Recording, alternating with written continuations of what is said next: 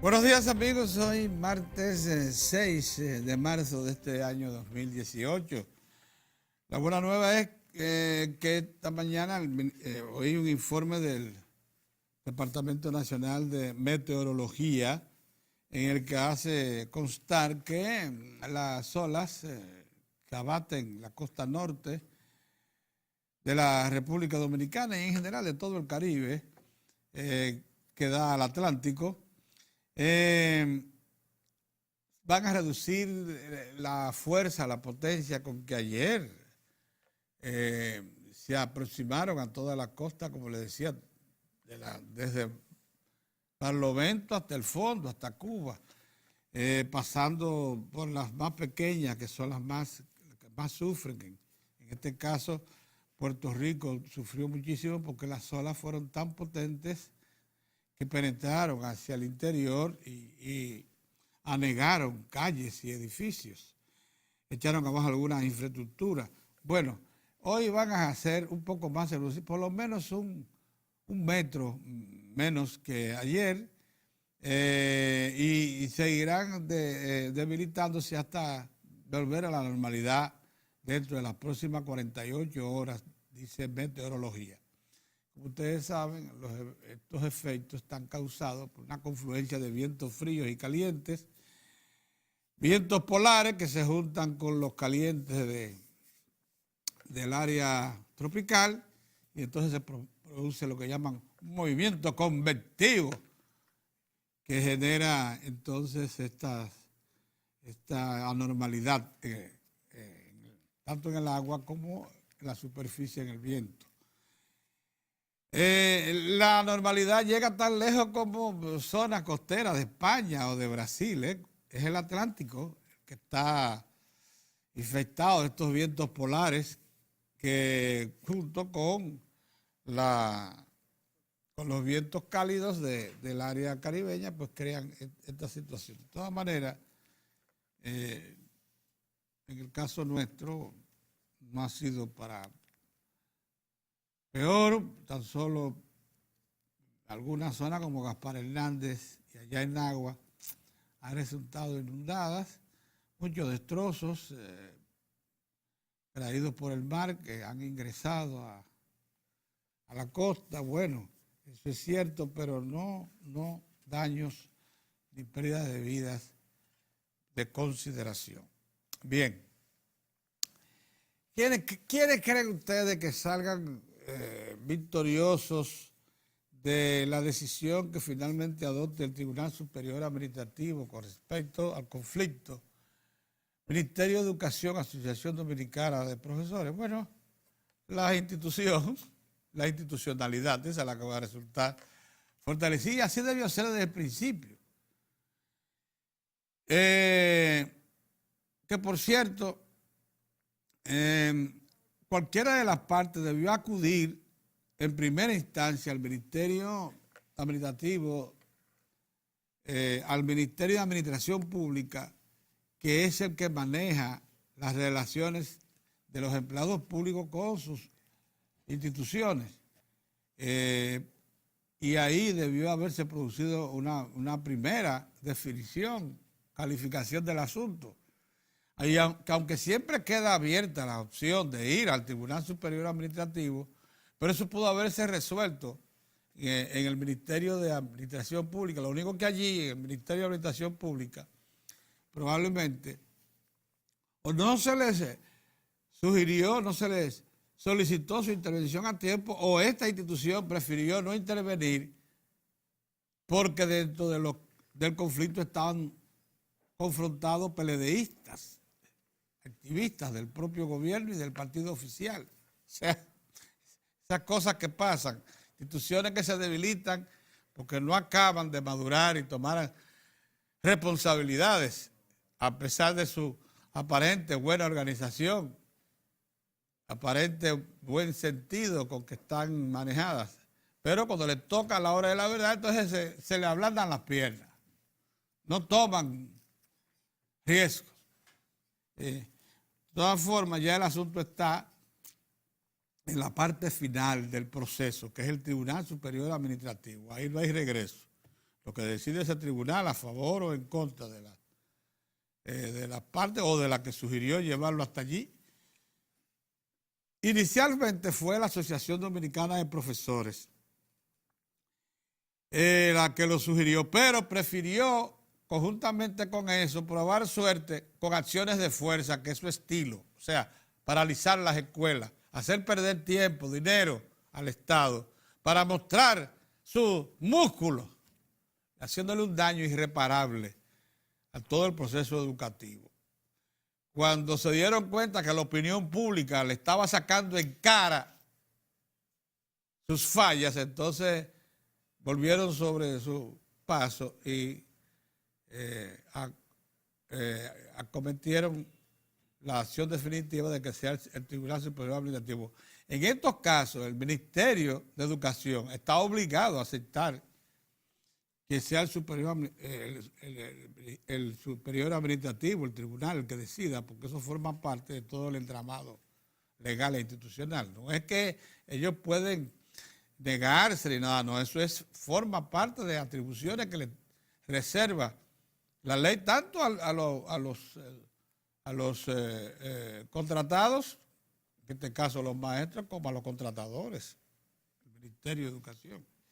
Así que vamos por el camino correcto. Se ha perdido tiempo, dinero, se ha perdido clases que no se reponen, por más que digan la Asociación Dominicana de Profesores, pero se ha ganado probablemente en institucionalidad, porque ya le va a ser muy difícil a la ADP, a la Asociación Dominicana de Profesores, sabiendo que tiene ese recurso, primero, como les digo, del Ministerio de Administración Pública y luego del Tribunal Superior Administrativo, antes de dar cualquier paso de huelga o de movilización al estilo que acostumbran, ya no podrá, ante la opinión pública, saltar esos pasos sin que se le consideren inadecuados, irracionales e irrespetuosos de la ley y de las instituciones, o respetuosos de cada una de esas cosas. En el caso contrario, si actúan como manda la ley,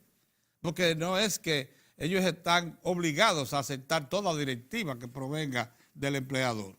No, si la considera injusta, puede reclamar su corrección, pero por la vía correcta, por la vía que acuerda la ley, no tratando de violentar y de imponerse por la fuerza. Así no. De todas formas, vamos a dar un paso adelante. Ustedes van a ver, la institucionalidad del país va a ganar con esta decisión del Tribunal Superior Administrativo. Ayer estaba por aquí uno de los ingenieros electromecánicos que mejor conoce la problemática del subsector eléctrico, y nos decía que Punta Catalina, que ya está en un 89% de ejecución, como lo ratificó el presidente de la República ante la Asamblea Nacional, Danilo Medina dijo muy claramente, está en un 89% y ya las fechas de entrada en operación están señaladas. Bien. Pero ayer mismo se comenzó a analizar, y creo que debemos hacerlo en los próximos días y meses con responsabilidad, con dedicación, acerca del futuro del subsector eléctrico. La entrada en operación de Punta Catalina pone en manos de los reguladores, y los reguladores son precisamente el Estado, instrumentos que son de valiosísima importancia para poder resolver una crisis que ya supera los 50 años. Nosotros tenemos más de 50 años de insuficiencia del servicio eléctrico, caro, escaso y problemático,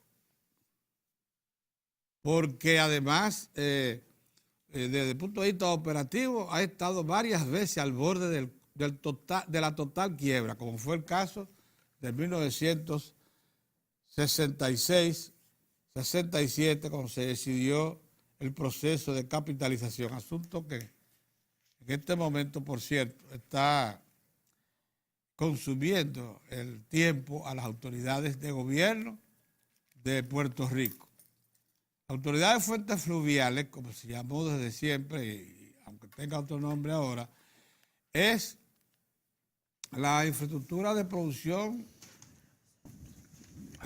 transmisión, distribución y administrativa del servicio eléctrico en Puerto Rico, uno de los más eficientes que había en América Latina. Puerto Rico siempre tuvo capacidad instalada que superaba con mucho la demanda y las reservas frías que se recomienda para darle estabilidad a un sistema. 30% de reservas frías. Modificó con bastante tiempo lo que era toda su plataforma de generación. En Puerto Rico hace tiempo que se probó carbón, hace tiempo que tiene gas natural. Sin embargo, cayó en el colapso. ¿Qué pasó? Bueno, es verdad, una combinación de factores hizo que fracasara la Autoridad de Fuentes Fluviales, o como se llame ahora, y que ya esa empresa pública, enteramente pública del Estado de Puerto Rico, esté obligada a una solución muy significativa, probablemente una asociación con el sector privado o una venta pura y simplemente de todos esos activos al sector privado, por la incapacidad que tiene el Estado de Puerto Rico para mantenerla. No tiene dinero ni siquiera para comprar todos los combustibles que necesita. Por eso en Puerto Rico está aconteciendo lo que aquí se están produciendo apagones financieros. La problemática es local, por tanto corresponde a los puertorriqueños buscar el tipo de solución que ellos consideren adecuada. En el caso nuestro, como ustedes saben, estamos experimentando con un proyecto de capitalización, el cual se caracteriza porque el Estado puso en manos del sector privado, mediante un concurso abierto, el 50% de la propiedad del subsector eléctrico, luego que la Corporación Dominicana de Empresas Eléctricas, la Corporación Dominicana de Electricidad fue dividida en varias empresas. Ese era el ente que monopolizaba todo: la generación, la transmisión, la distribución y la facturación y cobro. Todo se hacía desde la CDE. Pero por efecto de lo que les dije, cayó en una crisis operativa enorme, perdió el crédito internacional, tanto en la banca multinacional como en la banca privada, y no le quedó otra al gobierno dominicano que capitalizar. Los efectos algún día se analizarán con menos incidencia de factores personales o intereses, como acontece casi siempre en sociedades como la nuestra, tan abiertas. Pero lo cierto es que aquí, desde la capitalización, han venido empresas nuevas como AES International, que trajo el gas natural, una materia prima que no la conocíamos, para generar electricidad. Montó una gran terminal ahí en Andrés Boca Chica, donde hay una regasificadora. Hablar de una regasificadora, está hablando de cosas mayores, de centenares de millones de dólares de inversión. Allí también hay tanques de almacenamiento de gas natural y hay también una planta generadora de 300 megavatios que procesa gas natural, o sea, una gran inversión. AES tiró un gasoducto desde Andrés hasta Los Minas, o sea, hasta la orilla oriental de Los Amas, ahí mismo, hasta ahí llega.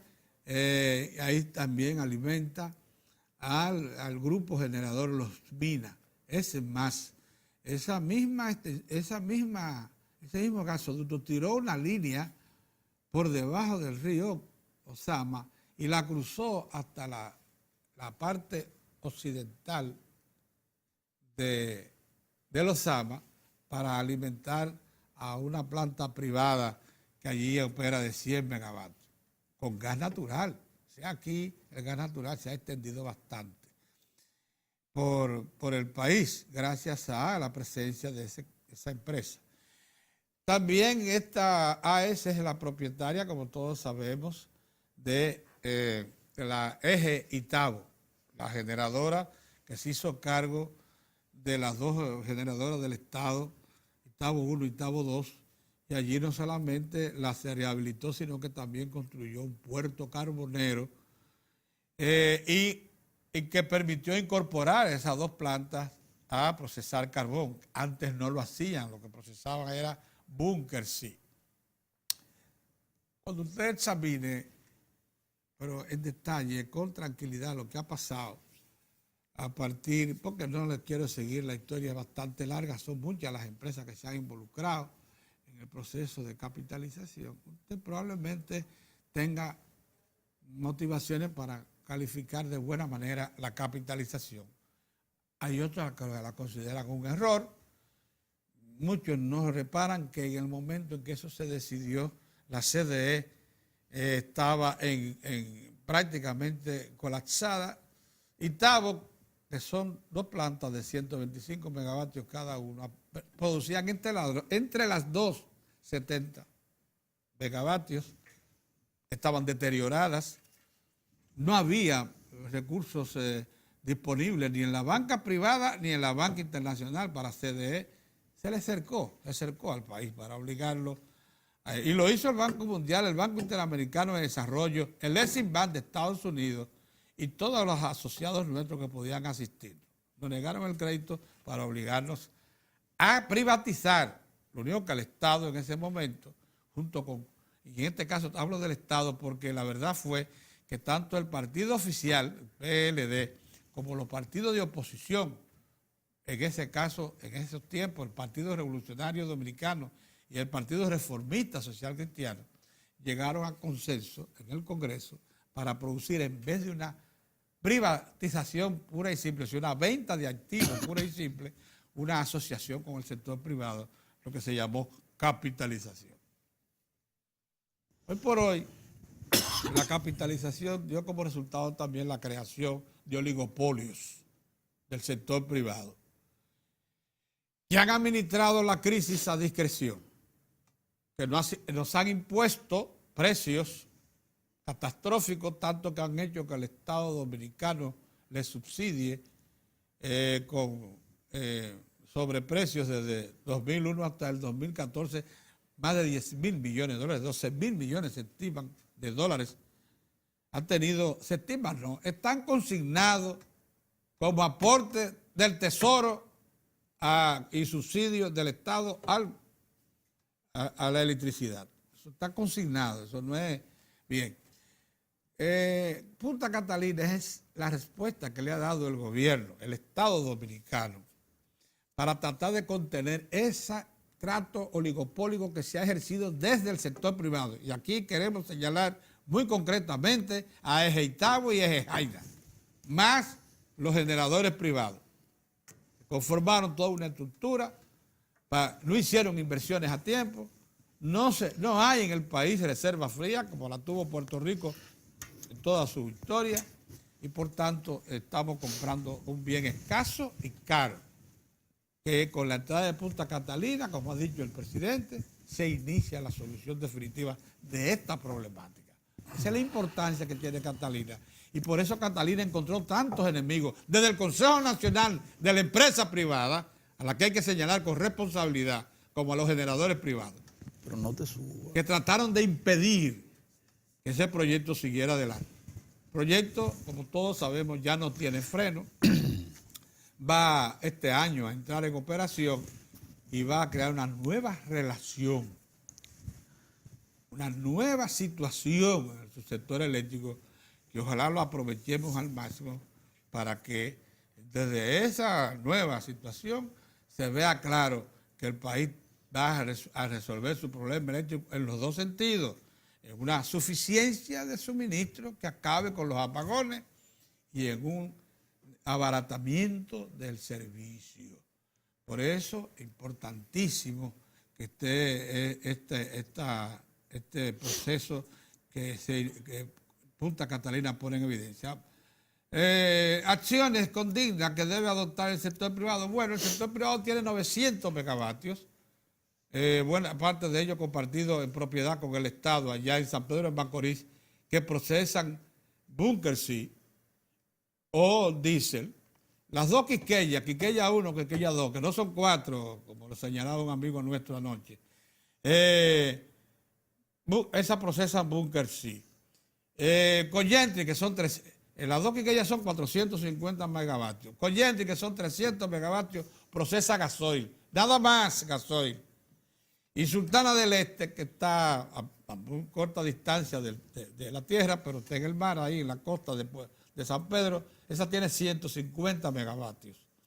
Entonces, están también los orígenes, proyectos privados que tienen unos 40, 50 megavatios instalados. Esa procesa, por el momento, el Bunker C. Pero todas ese grupo está preparado para procesar gas natural y cambiar el Bunker C y el gasoil por gas natural. Solo tendría que llevar el gas natural hasta ese sitio. ¿Cómo lo puede hacer? Por vía propia, construyendo una planta regasificadora o tirando un gasoducto desde Andrés hasta allá, que son 30 kilómetros lineales. Eso supongo yo que será la respuesta que está a la vista, que el sector privado debe dar para que alcance al Estado, que está en la obligación de seguir adelante, no puede parar con Punta Catalina hasta resolver el problema. Eso quería significarlo hoy para que no le demos mucha vuelta al asunto. Buenos días, don. Buenos días, Pedro. Me hace falta el agua y el café. Van a llegar, lo que pasa es que hay problemas de logística. Es la logística. La logística del frito, compadre, que lo retrasa todo. Se perdió una llave, entonces la cocina no está pero no venga tú, espérate. Pero yo no quiero detalles, simplemente quiero café. Pero no me dé detalles, no me dé detalles. Pero tan pronto se resuelva eso, viene el café y el agua a tiempo, no te preocupes. Buenos días, señores, buenos días. Ay, Pedro. Poner la lengüita también, No, dímelo a mí, que la vengo padeciendo desde hace un buen tiempo. Esa no para mientes. Sí, miren de la alta gracia. Mira, Pedro, déjame iniciar mi comentario con el tema migratorio, que está tomando un curso interesante. Fíjense que ya yo no hablo de un curso feo ni nada de eso, sino interesante, porque estamos viendo reacciones, estamos viendo respuesta desde el gobierno y desde la sociedad organizada. Y entonces ya desde que hay atención a un fenómeno tan delicado como es el migratorio, nos acercamos a una solución. Entonces eso quiere decir que nos acercamos a la búsqueda efectiva de una solución. Así es. ¿Verdad? Así es. Entonces yo digo, estamos en buen plano. La apreciación es correcta. Sí, estamos en buen plano porque veo una gran reacción del sector privado, que no es muy dado, sobre todo cuando ellos ponen en primer relieve, como hace el capital, su renta. Sí. Pero sí, cuando ellos ven que hay un asunto que está por pellizcarle la renta, sí, inmediatamente reaccionan en silencio irresponsable o agarran un escudo, como está haciendo Acoprovi, para seguir violentando las leyes del país y para presionar y chantajear, como está haciendo Acoprovi.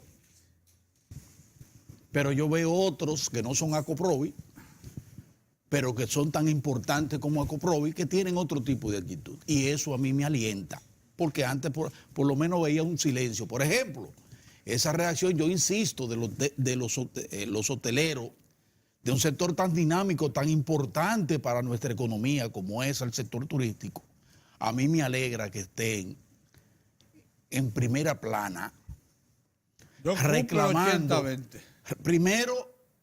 Primero comprometiéndose a cumplir las leyes del país, la ley migratoria y la de empleo, contratación de mano de obra en el país, migratoria. Y entonces dice el señor Rainieri, que es la cabeza principal del sector turismo, no le busque vuelta a eso, que es así. El señor Rainieri y el sector de la hotelería está diciendo que ellos cumplen y van a cumplir cabalmente con esas disposiciones y que se lo han propuesto siempre.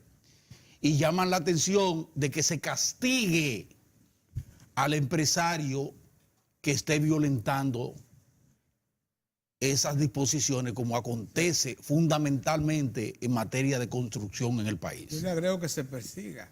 Y que se persiga. Entonces, tú tienes a otro empresario importante, en otro sector que emplea mucha mano de obra de ese tipo, que es el agropecuario, como el señor Félix García, que dice que hay que dominicanizar la mano de obra en la República Dominicana.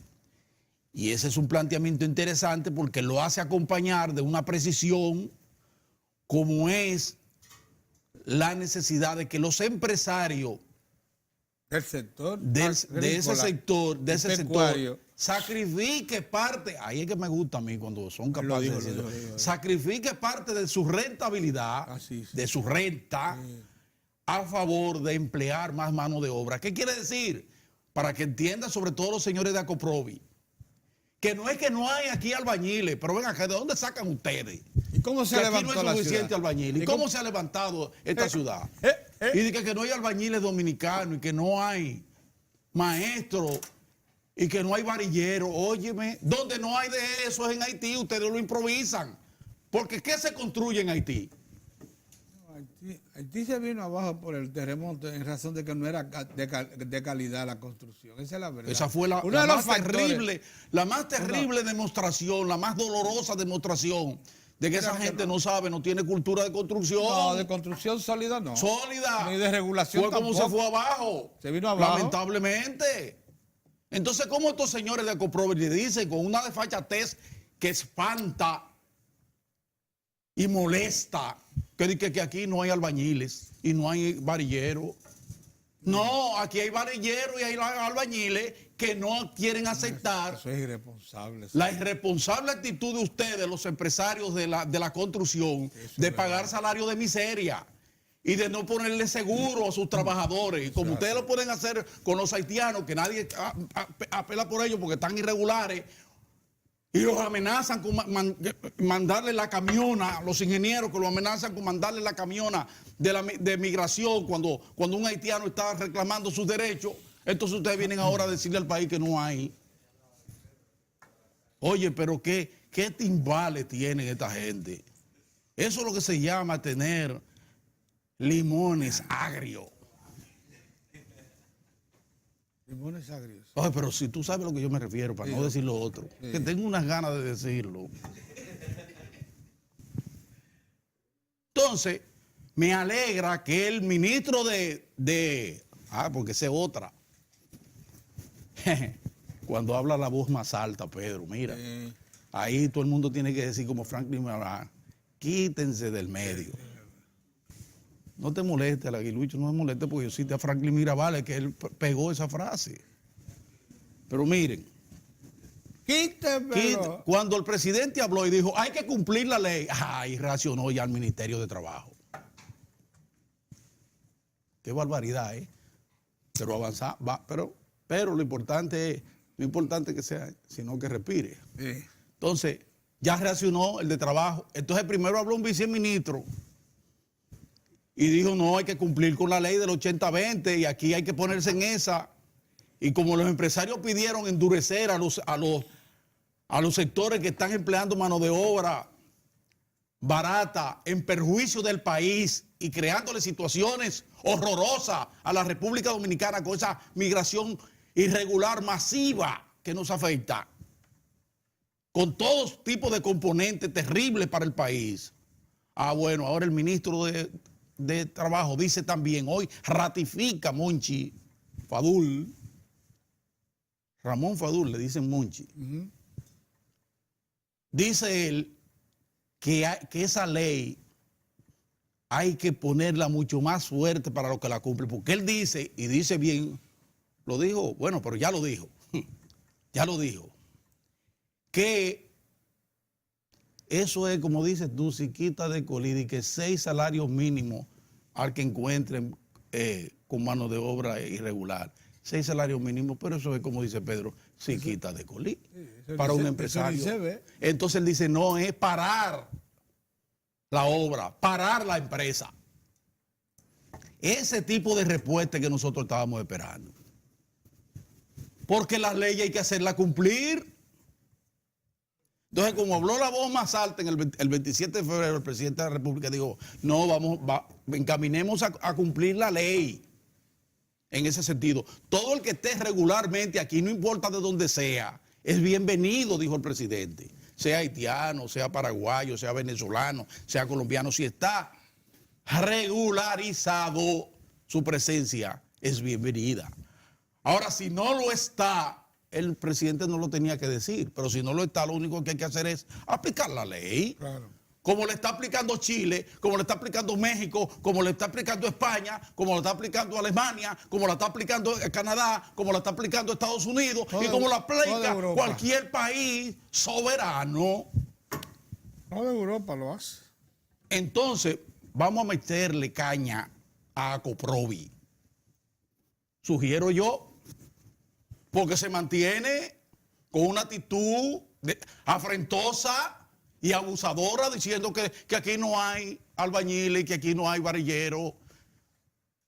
Yo estoy esperando hoy a ver qué van a hacer los trabajadores dominicanos, esas centrales sindicales, cómo le van a responder a eso. Y las mismas autoridades, a ese oprobio. No, lo que pasa es que ustedes tienen que meterse en la rentabilidad que habla el señor Félix García. Que fíjense cómo está el procesamiento de tomate y producción de tomate, básicamente con mano de obra dominicana. Como dice él, si estamos sacrificando parte de nuestra rentabilidad, porque es más fácil agarrar mano de obra haitiana barata, irregular, y manejarla de forma irresponsable. Pero ya la pava no se ponía. Por eso era que hacía falta la voz más alta del país. Porque a partir de ahí, entonces vamos a definir las cosas. Viene parteagua también ahí, Pedro. Sí, viene, sí. Ahí también. Sí. Hay que ponerse claro ahora mismo con relación a esto. Porque de lo contrario, entonces se van a seguir dando manifestaciones que uno no quiere y uno tiene que repeler, uno tiene que rechazar, como esas que se están dando, de acciones directas de gente de la población contra nacionales haitianos. Sí. Porque no se trata de eso. Sí, ayer incendiaron 6 viviendas. Por eso no se trata de eso, eso hay que evitarlo, eso no puede ser. Porque ellos son seres humanos, son gente que andan buscando mejor vida, porque no tienen Estado, no tienen gobierno, y tienen una pandilla de empresarios allá que se han aprovechado de ellos todo el tiempo, y una comunidad internacional irresponsable que usufructuó toda esa riqueza de Haití y que ahora anda despavorida haciéndose los indiferentes. Entonces, nosotros tenemos que estar alerta, pero ser cuidadosos, porque la sensibilidad de este pueblo no se puede cambiar. Dios nos libre. La solidaridad, que es parte intrínseca del pueblo dominicano, eso no puede cambiar. Ser solidario, ser sensible ante el dolor ajeno, eso es parte fundamental. Por eso Dios nos protege, Pedro. No, y la Virgen. Y nos estiman tanto los turistas. Y nos estiman los turistas. Los visitantes porque extranjeros. somos fraternos. Sí, es verdad. Somos es lo primero que advierten de nosotros. Sí, nosotros somos cariñosos, somos solidarios. Sí, esos haitianos lo saben también, como nosotros lo tratamos. Es verdad. Pero ellos tienen que entender, como lo entienden algunos, Pedro, que no es posible, no es posible, que esto nosotros tenemos que pararlo. Y con todo ese vigor y ese deseo que ellos tienen, y que tienen todo derecho de tener una vida mejor, tienen que reclamarlo para allá, para su territorio. Que todos esos esfuerzos que dicen autoridades y personeros como Bill Clinton y comparte, que vayan allá, que vayan al sitio, a Haití, a invertir allá. Y los empresarios dominicanos también, algunos de estos, a la misma Coprovi que se traslade a Haití, que consiga allá para levantar edificios. Los estrellas que están metidos. Los aceros estrellas están metidos allá. Sí, que vayan para allá a ayudar a ese pueblo. Y ahí ustedes incorporan toda esa mano de obra haitiana allá. Pero allá. Y aquí, entonces, ustedes pagan lo que tienen que pagar para tener a un buen varillero y para tener un buen albañil y un buen maestro y el que hace la mezcla. Porque esos son, Pedro, los que levantaron este país, han levantado este país. ¿Qué pasa? Entonces, ¿cómo me vienen a mí con esa tontería?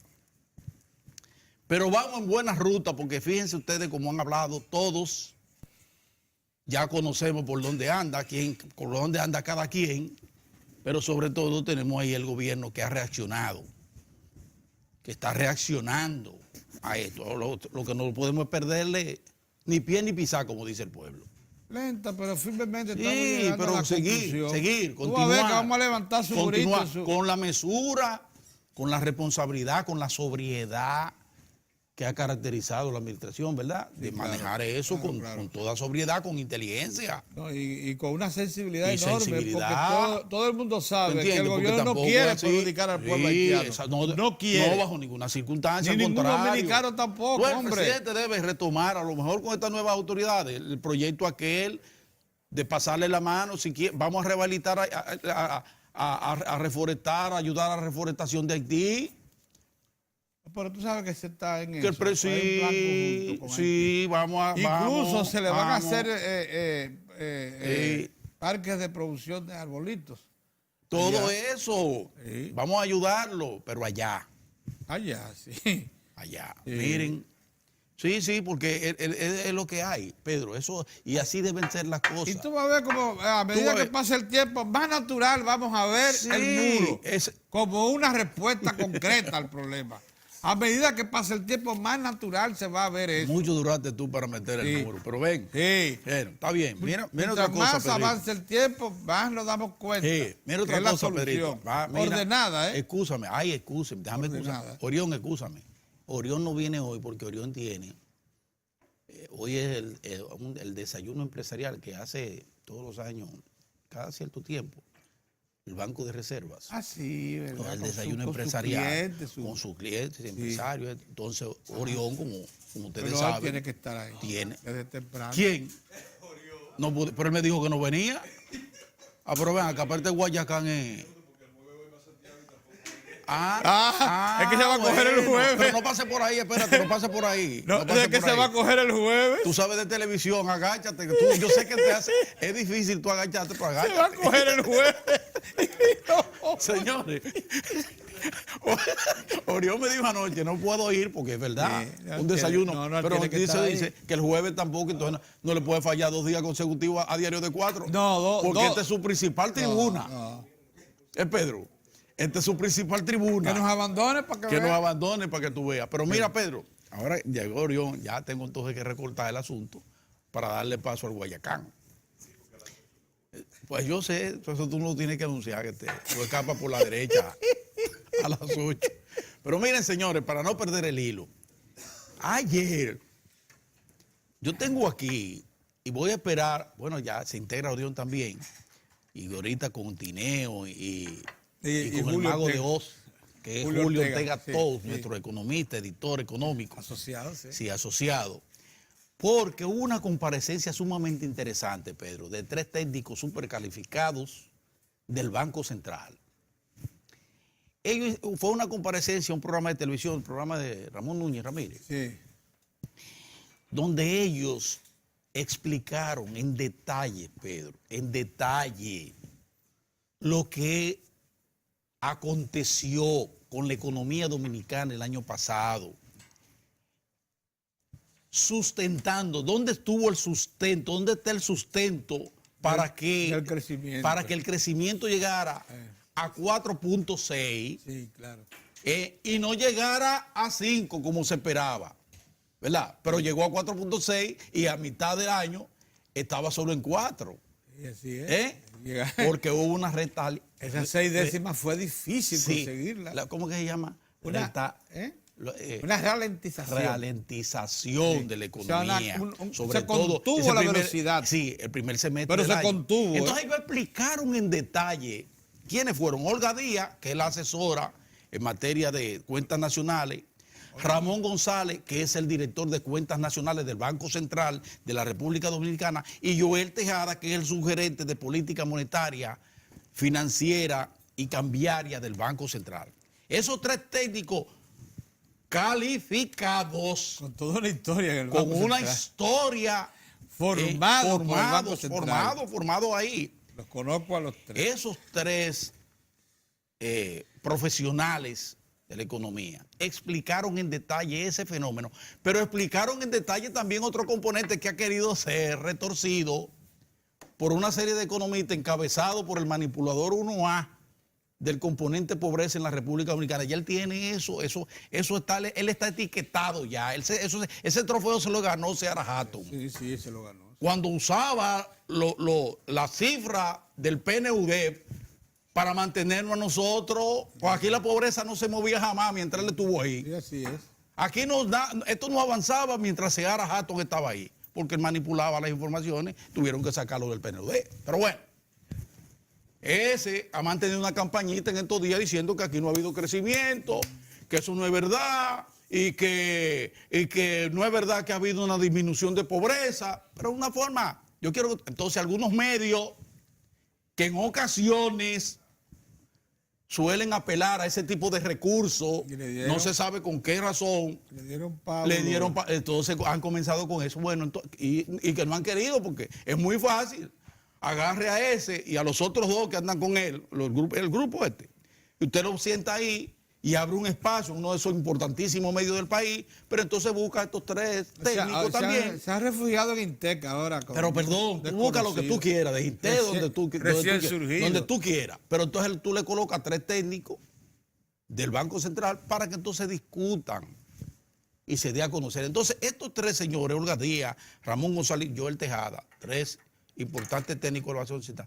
explicaron el por qué hubo ese crecimiento de la economía ratificado por el Banco Mundial, por el Fondo Monetario Internacional y por la CEPAL, ratificado por esos tres organismos, ¿verdad? Y entonces, ¿por qué es un impacto en la pobreza? Y yo no solo voy a citar algunos elementos de los que ellos hablaron, que nosotros hemos hablado aquí, de cómo con esa disminución en la dinámica de la economía que tuvimos en el primer semestre, se tomaron medidas de corte monetario, de corte financiero, y entonces se logró retomar la ruta del crecimiento, ¿verdad?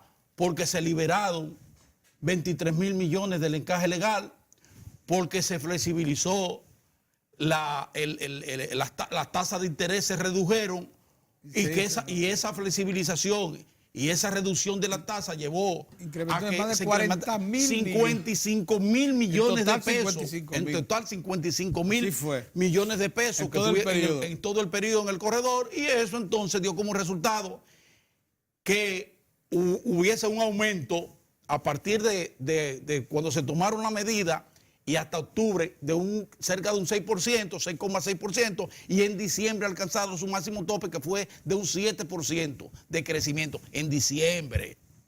Y eso por un lado. ¿Qué impacto tuvo eso? Bueno, señores,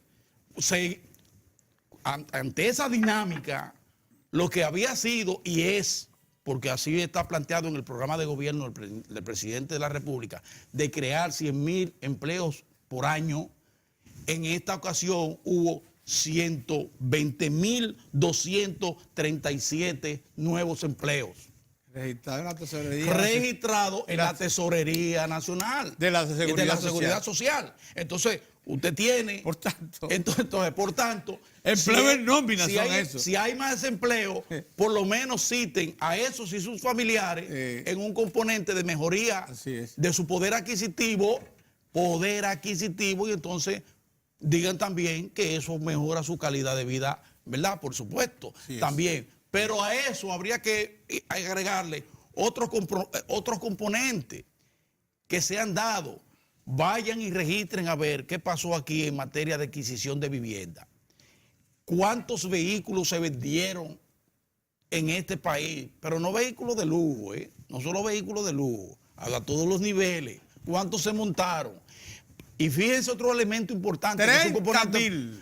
Sí, y fíjense, un componente importante, muy juicioso y muy responsable de parte de ellos. Ellos dicen, lo que pasa es que cuando se va a medir la pobreza, Pedro, se parte del hecho cierto de que hay el componente de lo que es tu ingreso por persona, eso oscila entre 11,000 y 55,000 pesos. Ahí es que está la clase media, los distintos La niveles de clase media. Por eso habla el presidente de que se están creando, hay más, la clase media, porque entre 11, acuérdense que aquí ha habido también aumento de salario, que es otro componente importante. Entonces, entre 11,000 y 55,000 es amplio, o sea, claro, sí. la banda es muy ancha, muy amplia, entre 11,000 y 55,000. Entonces, en ese sentido, ¿qué acontece? Lo que tiene que acontecer, hay gente que está más próxima a los 11,000 que a los 35,000, que a los 55,000. Pero al fin y al cabo es gente que ha mejorado su condición. Pero esos detalles, yo quiero que ahorita con Julio Ortega Tous, nosotros nos adentremos para seguirle dando, comentando esa comparecencia importante de Olga Díaz, de Ramón González y Joel Tejada, tres importantes ejecutivos técnicos súper calificados del Banco Central. Vamos a hacer un descansito y volvemos, sí.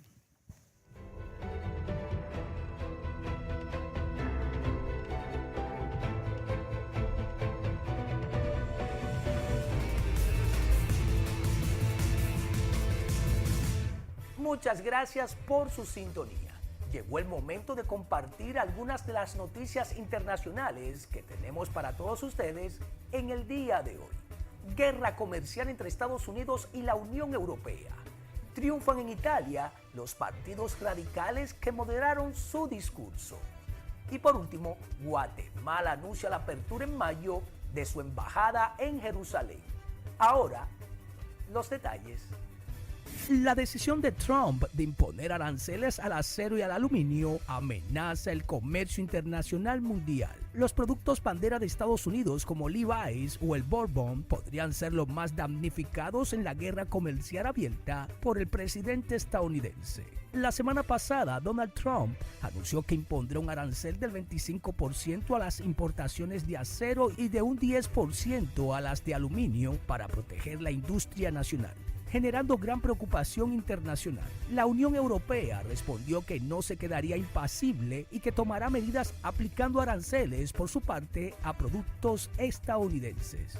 Trump, que considera que estas guerras comerciales son buenas, volvió a amenazar a Bruselas con imponer aranceles también a las importaciones de automóviles europeos. La Unión Europea podría lanzar un procedimiento de arbitraje contra Estados Unidos en el marco de la Organización Mundial del Comercio en el caso de que Trump formalice la aplicación de los aranceles. Los italianos han votado mayoritariamente a los partidos más radicales. El Movimiento 5 Estrellas por la izquierda y la Liga por la derecha, los más alejados por principios ideológicos de la política tradicional. Ambos reivindican su derecho a gobernar el país. Y la última actualización de los resultados no hace más que confirmar esta circunstancia. El escrutinio para la Cámara de Diputados sitúa a la coalición de centro-derecha por delante del Movimiento 5 Estrellas por apenas un puñado de votos. Si hablamos del Senado, el reparto de los escaños beneficia a la coalición de centro-derecha, que tiene 5 puntos de ventaja sobre el Movimiento 5 Estrellas. Las consecuencias del voto de los italianos no se han hecho esperar y algunos líderes políticos ya han empezado a tomar decisiones de peso. Guatemala trasladará su embajada en Israel a Jerusalén el próximo 16 de mayo, solo 2 días después de que lo haga los Estados Unidos, coincidiendo con las celebraciones del 70 aniversario del Estado de Israel. Así lo ha anunciado el presidente Jimmy Morales en Washington. Esta es la segunda vez que el presidente guatemalteco sigue los pasos de Donald Trump en este asunto. después de corroborar en diciembre, pese al enorme rechazo de la comunidad internacional, la decisión de su homólogo estadounidense de reconocer Jerusalén como capital de Israel. El primer ministro israelí, Benjamin Netanyahu, dio las gracias en persona a Morales este domingo durante una reunión en Washington. Para Diario de 4 en las internacionales, Giovanni Ramírez. Ahora vamos a una pausa y luego retornamos con más de Diario de 4.